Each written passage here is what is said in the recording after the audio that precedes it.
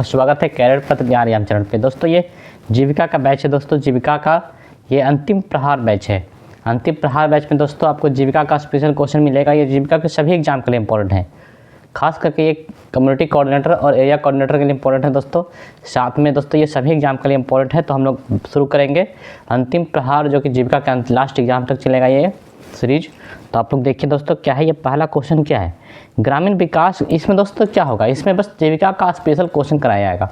इसमें चाहे जीके होगा, जीके भी हम आपको नहीं करवाएंगे। अंतिम प्रहार बैच में जीके नहीं करवाएंगे, आपको जीविका का स्पेशल क्वेश्चन करवाएंगे, जो कि जीविका के लिए इंपॉर्टेंट है दोस्तों। आपको जीविका का सेट पढ़ना है, तो सेट पढ़ना है दोस्तों। आप उसके लिए मेरा एक और वीडियो आता है, जीविका क्लास का वीडियो आता है, तो क्लास का वीडियो आप देख सकते हैं। बाकी जीविका स्पेशल क्वेश्चन के लिए यह अंतिम प्रहार है।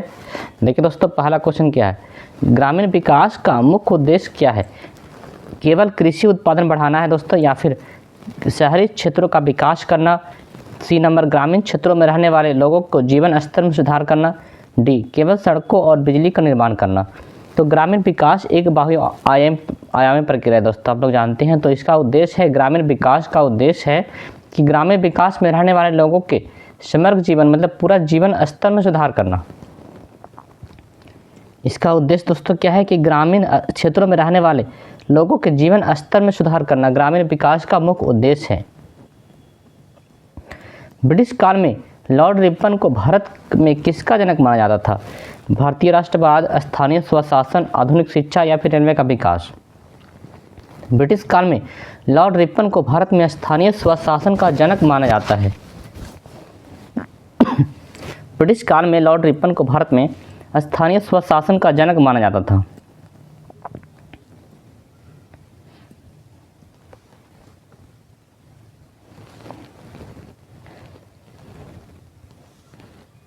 अगला, स्वतंत्रता के बाद पहला व्यापक ग्रामीण विकास कार्यक्रम कौन था। स्वतंत्रता के बाद सबसे पहला बड़ा ग्रामीण विकास कार्यक्रम क्या था। तो इसका नाम था सामुदायिक विकास कार्यक्रम, CDP। दोस्तों क्या था, सामुदायिक विकास कार्यक्रम था, जो कि स्वतंत्रता के बाद, आज़ादी के बाद सबसे व्यापक, सबसे पहला और बड़ा ग्रामीण विकास कार्यक्रम था दोस्तों। और इसको 1952 में शुरू किया गया था। सामुदायिक विकास कार्यक्रम कब शुरू किया गया था, 1952 में शुरू किया गया था। इसका उद्देश्य था कि ग्रामीण लोगों के बीच आत्मनिर्भरता और सामूहिक प्रयास की भावना पैदा करना था।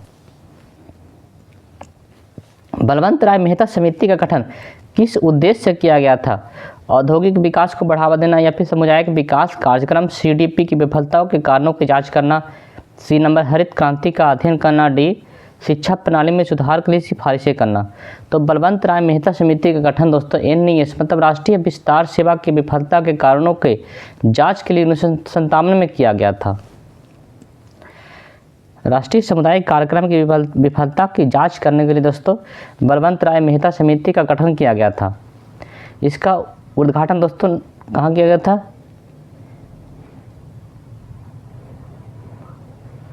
बलवंत राय मेहता समिति का उद्घाटन नागौर में किया था दोस्तों। देखिए बलवंत राय मेहता समिति का गठन किस उद्देश्य से किया गया था, सामुदायिक विकास कार्यक्रम की विफलता के कारणों की जांच करने के लिए।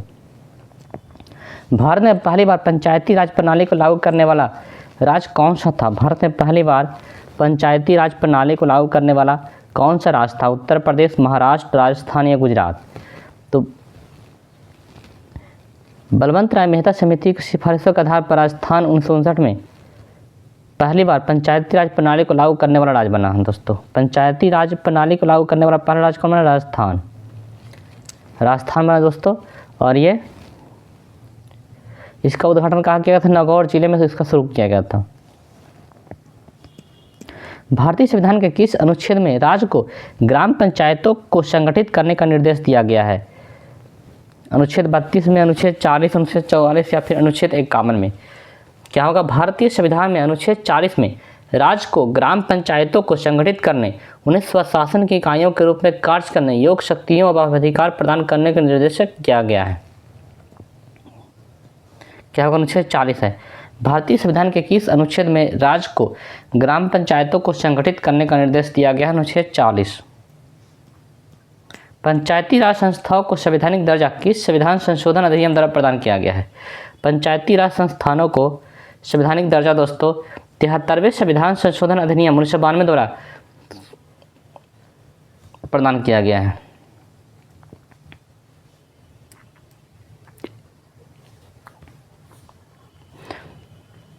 इस अधिनियम को 24 अप्रैल 1993 को लागू किया गया था।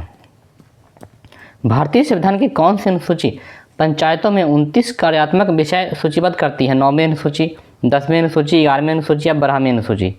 दोस्तों 73वें संविधान संशोधन अधिनियम 1992 द्वारा संविधान में 11वीं अनुसूची जोड़ी गई थी।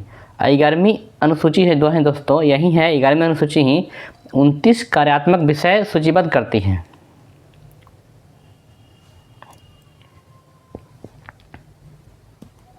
पंचायती राज प्रणाली में महिलाओं के लिए कितनी सीटों का आरक्षण अनिवार्य है? 10%, 25%, 1/3 या आधा?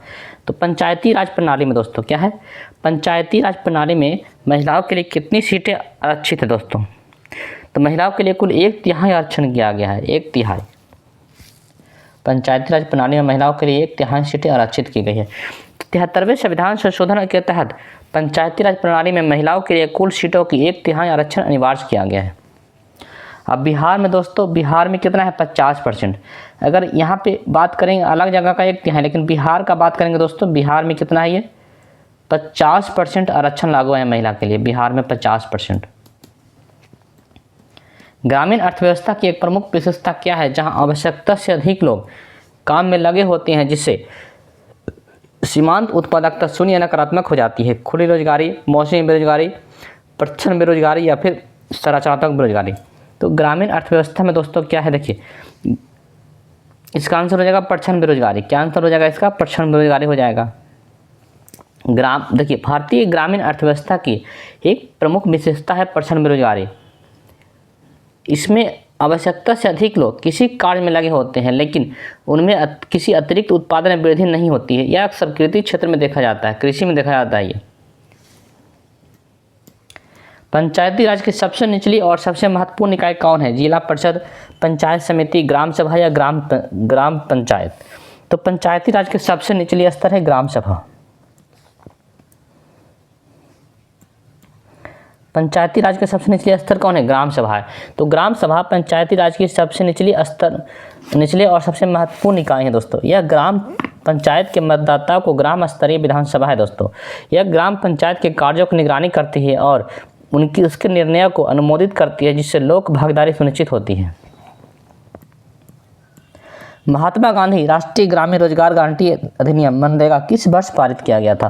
तो महात्मा गांधी राष्ट्रीय ग्रामीण रोजगार गारंटी अधिनियम मनरेगा जो है 2005 में पारित किया गया था। कब किया गया था? 2005 में पारित किया गया था। एकीकृत ग्रामीण विकास बैंक विकास कार्यक्रम IRDP को किस कार्यक्रम में पुनर्गठित किया गया? जवाहर रोजगार योजना, प्रधानमंत्री ग्राम सड़क योजना, स्वर्ण जयंती ग्राम स्वरोजगार योजना या राष्ट्रीय ग्रामीण आजीविका मिशन? तो कह रहा है कि एकीकृत ग्रामीण विकास कार्यक्रम IRDP और अन्य संबंधित कार्यक्रमों को पुनर्गठित करके स्वर्ण जयंती ग्राम स्वरोजगार योजना 1999 में बनाई गई थी दोस्तों। देखिए एकीकृत ग्रामीण विकास कार्यक्रम IRDP को किस कार्यक्रम में पुनर्गठित किया गया था? स्वर्ण जयंती ग्राम स्वरोजगार योजना में। और स्वर्ण जयंती ग्राम स्वरोजगार योजना बनाई गई थी कब दोस्तों? 1999 में। स्वर्ण जयंती ग्राम स्वरोजगार योजना 1999 में बनाई गई थी। पंचायती राज संस्थाओं की वित्तीय स्थिति की समीक्षा के लिए हर 5 साल में किसका गठन किया जाता है? योजना आयोग, केंद्रीय वित्त आयोग, राज्य वित्त आयोग या फिर निर्वाचन आयोग? 73वें संविधान संशोधन के तहत पंचायतों की वित्तीय स्थिति की समीक्षा के लिए हर 5 साल में राज्य वित्त आयोग का गठन अनिवार्य है। किसका? राज्य वित्त आयोग का गठन अनिवार्य है। ग्रामीण अर्थव्यवस्था में पूंजी की कमी और ऋणग्रस्तता का एक प्रमुख कारण क्या है? ग्रामीण अर्थव्यवस्था में पूंजी की कमी और ऋणग्रस्तता का एक प्रमुख कारण क्या है दोस्तों? देखिए ग्रामीण परिवार विशेषकर छोटे किसान और भूमिहीन किसानों के पास अक्सर पूंजी की कमी होती है। वो भी अपने ज़रूरतों को पूरा करने के लिए अनौपचारिक स्रोत दोस्तों, देखिए इनफॉर्मल, जैसे कि साहूकार लोग से उच्च ब्याज दरों पर ऋण लेते हैं, जिससे वे ऋणग्रस्त में चक्र में फंस जाते हैं, जिससे उनकी आर्थिक स्थिति और खराब हो जाती है। 73वें संविधान संशोधन अधिनियम 1992 में किस तारीख को लागू हुआ? 15 अगस्त 1992 को या फिर 26 जनवरी 1993 को या 24 अप्रैल 1993 को या 2 अक्टूबर 1993 को। तो 73वें संविधान संशोधन अधिनियम 1992 दोस्तों 24 अप्रैल 1993 को लागू हुआ था। इसी कारण 24 अप्रैल को हर साल पंचायती राज दिवस के रूप में मनाया जाता है। यह तिथि भारत में स्थानीय स्वशासन के नए युग की शुरुआत का प्रतीक है।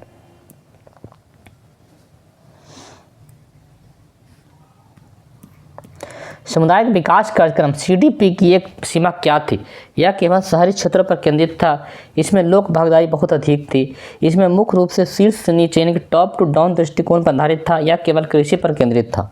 तो सामुदायिक विकास कार्यक्रम सीडीपी जो है एक प्रमुख सीमा यह थी कि यह मुख्य रूप से शीर्ष से नीचे यानी कि टॉप डाउन दृष्टिकोण पर आधारित था। सामुदायिक विकास कार्यक्रम दोस्तों मुख्य रूप से शीर्ष से नीचे यानी कि टॉप डाउन दृष्टिकोण पर आधारित था। इसमें वास्तविक लोक भागीदारी कम रही और अधिकारिक केंद्रित दृष्टिकोण हो भी रहा। इसकी विफलता का प्रमुख कारणों में से एक था यह विफल हो गया था। पंचायती राज संस्थाओं को सशक्त बनाने के लिए 3 एफ का हस्तांतरण महत्वपूर्ण माना जाता है। दोस्तों देखिए, पंचायती राज को वास्तविक रूप से मजबूत बनाने के लिए 3 एफ इम्पोर्टेंट है। 3 एफ, पहला एफ होता है फंक्शंस। पहला एफ क्या होता है? फंक्शन होता है। दूसरा एफ होता है दोस्तों क्या? फंड्स। और तीसरा फंक्शनरीज। पहला एफ होता है फंक्शंस, दूसरा फंड्स और तीसरा फंक्शनरीज। प्रधानमंत्री आवास योजना का मुख्य उद्देश्य क्या है? ग्रामीण युवाओं को रोजगार प्रदान करना। यह नहीं होगा। ग्रामीण क्षेत्रों में सभी बेघर और कच्चे जर्जर घरों में रहने वाले परिवारों को पक्का आवास उपलब्ध कराना। तो प्रधानमंत्री आवास योजना का मुख्य उद्देश्य है ये। प्रधानमंत्री आवास योजना का मुख्य उद्देश्य क्या है दोस्तों? कि ग्रामीण क्षेत्रों में सभी बेघर और कच्चे जर्जर घरों में रहने वाले परिवारों को पक्का आवास उपलब्ध कराना।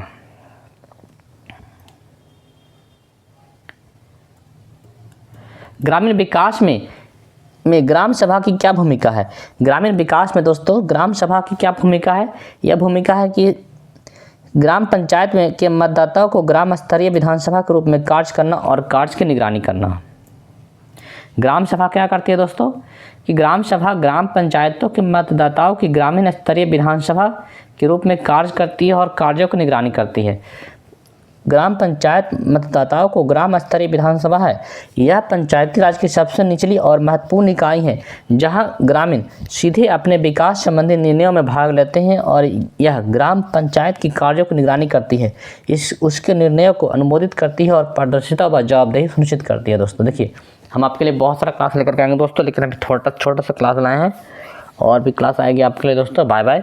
आगे हम आपके लिए सारा योजना लेकर के आएंगे, मनरेगा नरेगा जो भी है दोस्तों, और सारा राज्य सरकार की योजना, केंद्र सरकार की योजना जो कि जीविका के लिए इम्पोर्टेंट है दोस्तों। Bye bye.